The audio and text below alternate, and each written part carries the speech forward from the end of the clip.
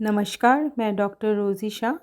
आज हम BA part 3 के फर्स्ट पेपर में एंथोनी गिडेंस के संरचना एवं एजेंसी से संबंधित विचारों को जानेंगे। संरचना एवं एजेंसी का अर्थ। समाजशास्त्रीय विश्लेषण तथा विभिन्न सिद्धांतों में संरचना एवं एजेंसी की प्राथमिकता से संबंधित विवाद काफ़ी समय से चलता आ रहा है। इस संबंध में समाजशास्त्र के क्लासिकल थ्योरी तथा कंटेम्प्रेरी थ्योरी पर आधारित विचारों को समझने से पहले संरचना तथा एजेंसी का सामान्य अर्थ समझना बहुत ज़रूरी है।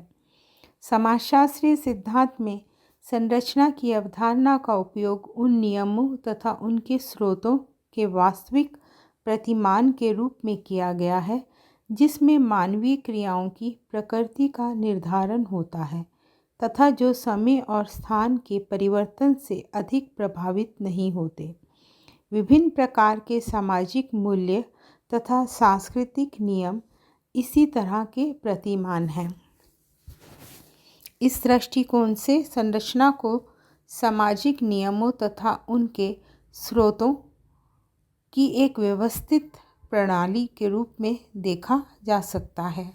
एजेंसी शब्द का प्रयोग वैयक्तिक कर्ताओं के उन क्रियाओं को स्पष्ट करने के लिए किया जाता है जो उनकी परिस्थिति संबंधी अनुभव पर आधारित चेतना से संबंधित होती हैं।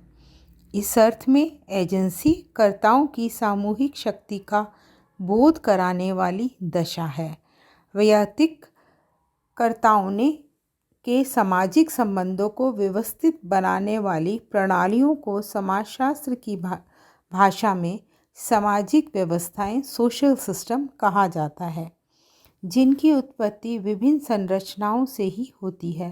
संरचना जिस प्रक्रिया के द्वारा एक विशेष व्यवस्था को जन्म देती है उसे हम संरचनाकरण कहते हैं।